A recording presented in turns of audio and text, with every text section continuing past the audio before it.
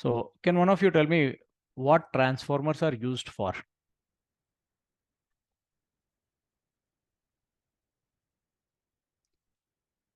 What does a transformer do? Here they transfer current. Eh? From where to where?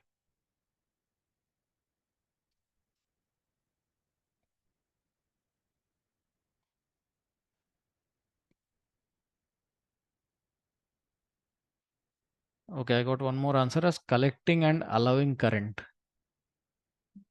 No, nothing like that. Streamlining. No, not really.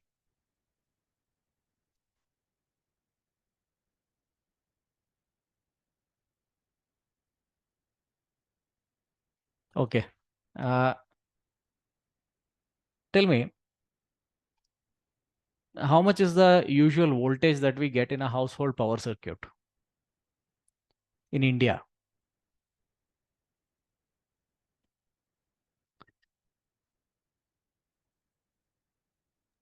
20 volts.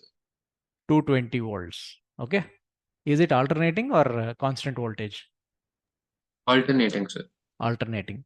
So we get an AC voltage of 220 volt. Now, if it is alternating, why are we giving a constant value? What does this stand for?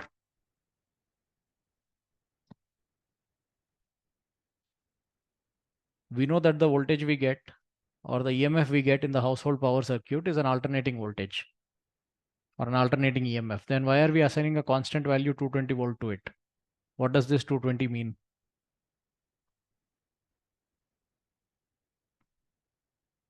Think carefully and answer. We had discussed this before also.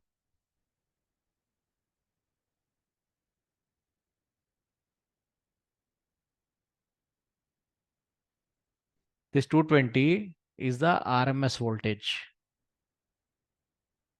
Okay, it's not peak, it's not average, it's the RMS voltage or RMS value of the alternating EMF that we get in the household power circuit. Okay. Now tell me this. You all must have connected chargers to mobile phones and all, no? One of you tell me, do you think 220 volt is safe for us or will it give an electric shock? Like when 220 volt is connected across your body, will you get an electric shock or not? We will, sir.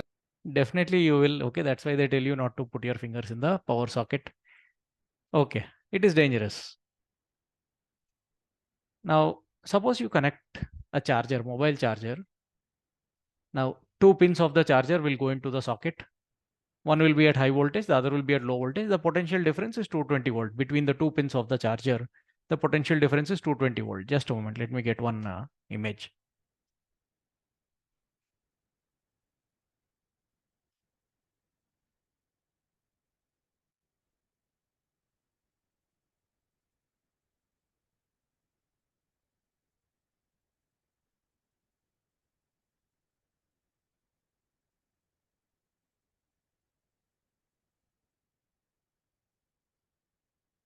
Okay, 1 second. Okay, consider this adapter. Okay, mostly toys will be having adapters like this. So you can see there are two pins that go into the socket. Okay, this one and this one. The potential difference between these two will be 220 volt. Okay, we put that in the power socket. And at the other end of the wire, there is this pin, right? That pin also kind of has, what do you say, two connections. This outer steel part, not okay, it may not be steel, I don't know the exact material. This outer part is one terminal or one connection. Inside there will be another metal part, that is the second one, and there will be a potential difference between them. Same thing with mobile chargers also. Okay, suppose this is plugged in and the switch is on. If it is working properly, can you touch this part or not?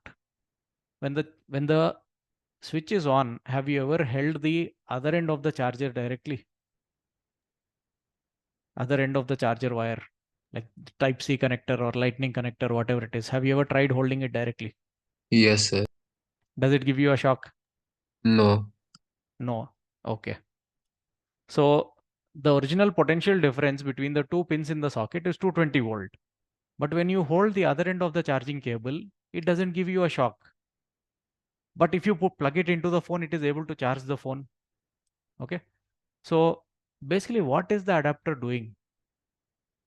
Why is it not giving a shock on the other side? Is there no voltage? And if there's no voltage, how is the device getting charged? What exactly do you think is happening?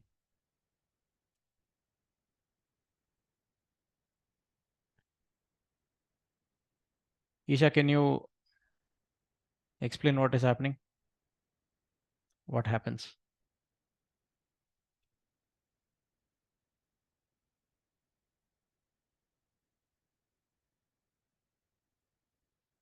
Anyone?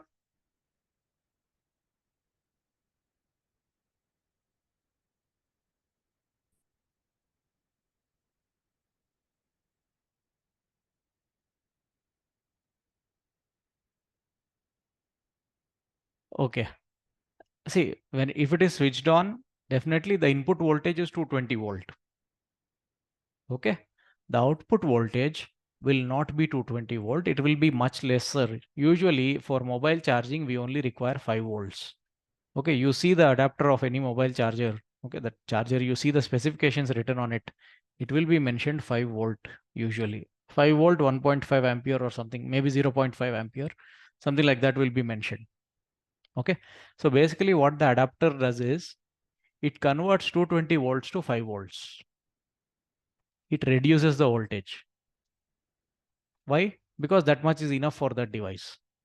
I'm not saying every device will work on this, but some devices need only 5 volts. Okay, so there must be something to bring down the voltage, right? That is what transformer does. Okay, there's a transformer inside the adapter, inside the charger. Okay, so basically transformers, what they do is they either step up the voltage, means they can increase the voltage also, or they can step down the voltage.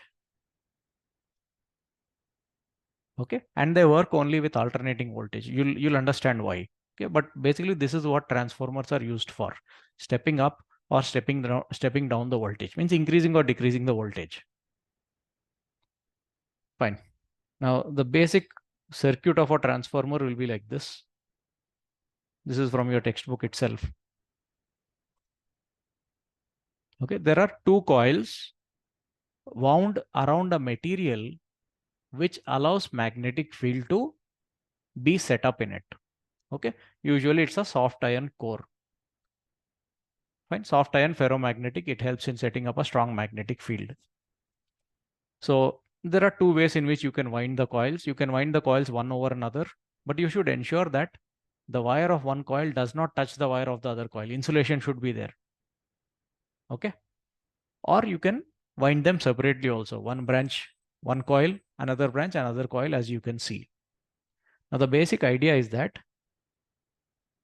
if you apply an alternating voltage like this across one of the coils, okay, see that primary, one coil is called primary, the other coil secondary. Basically the primary coil is like this.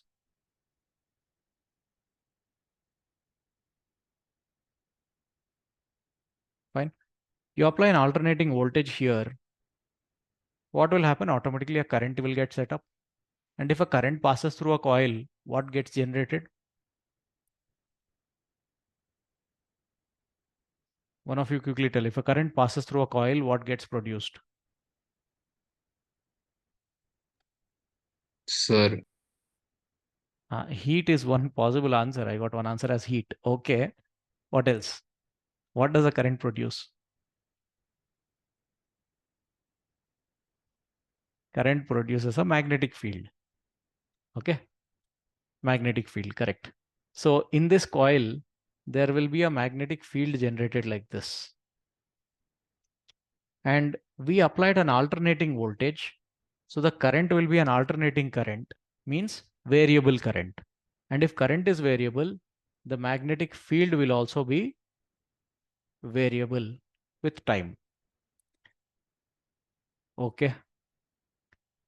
Now, if you wind two coils like this, the magnetic field produced by one coil automatically passes through the other coil also. Suppose other coil is wound this way. So field produced by the first coil automatically passes through the second coil. Okay. And that field is not a constant field, it's a variable field. Variable field produces variable flux, and variable flux induces an EMF. Okay. Therefore, at the ends of the second coil, there will be an EMF generated or a potential difference generated.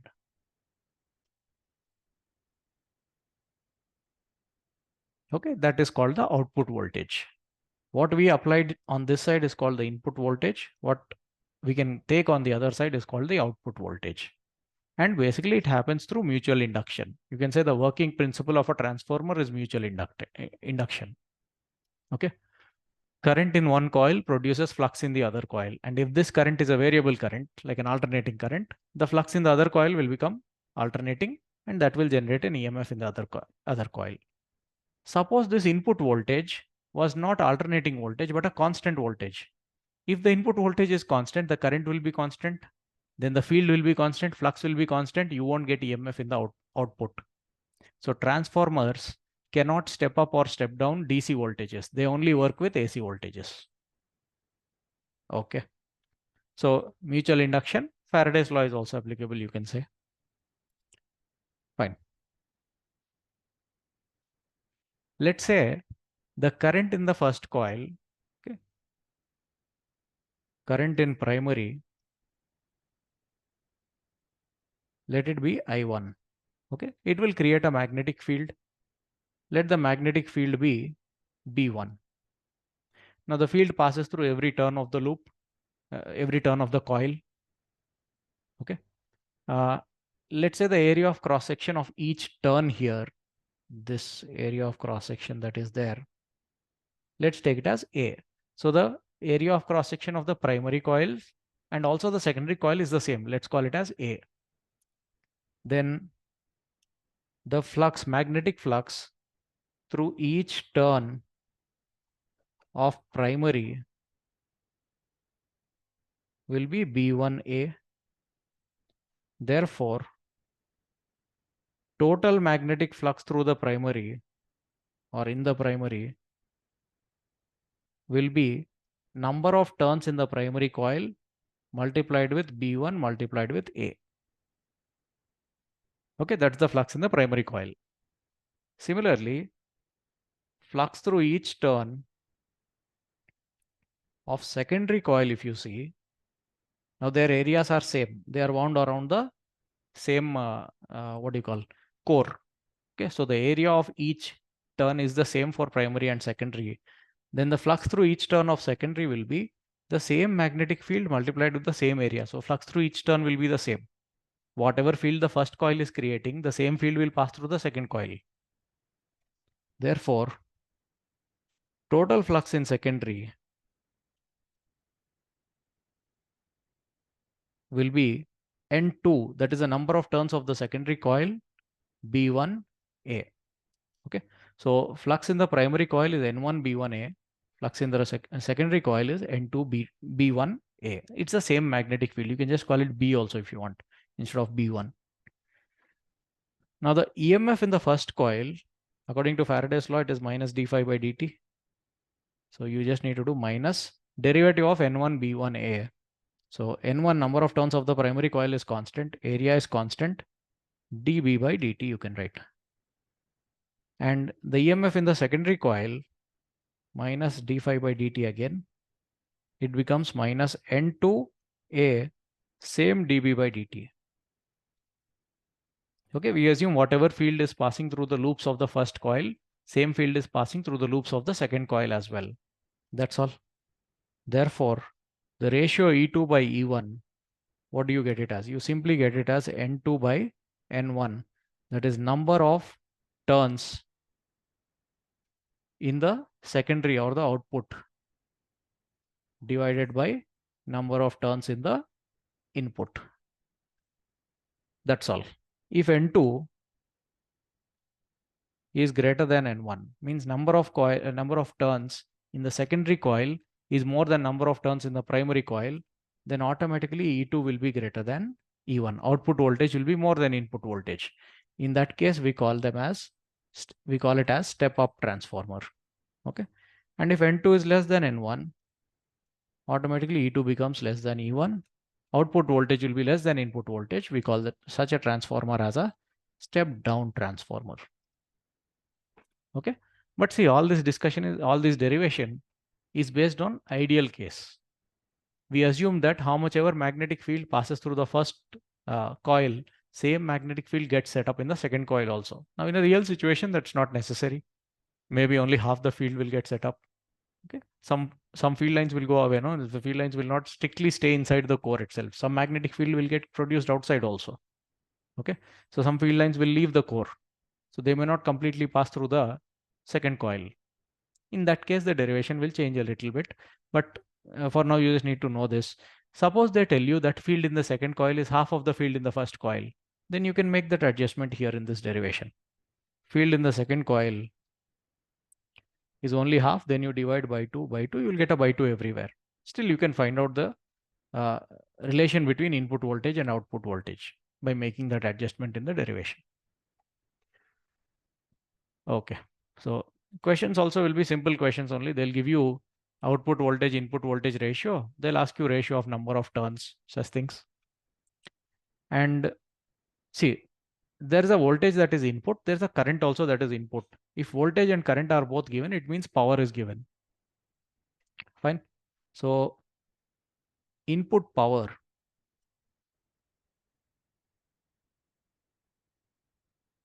when a current I passes through an EMF E, the power that is delivered is I into E. We know that. Therefore, input power will be I1 current in the primary multiplied with EMF in the primary. And output power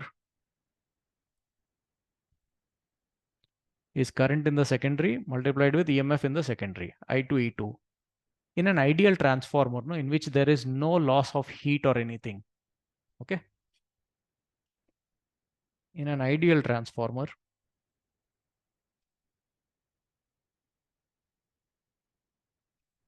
input power should be equal to output power. Okay, that means rate at which energy is going into the transformer should be equal to the rate at which energy is coming out of the transformer. Then I1 E1 equal to I2 E2. And we know E2 by E1 is same as N2 by N1. Therefore, you can write I2 by I1, that is output current by input current, is equal to E1 by E2, that is N1 by N2. So current ratio will be inverse of EMF ratio. E2 by E1 is N2 by N1. EMF is directly proportional to number of turns. Current is inversely proportional. Okay. So in a step up transformer, what happens? Output voltage is more than input voltage, but output current will be less than input current. Okay. That difference will be there. Okay.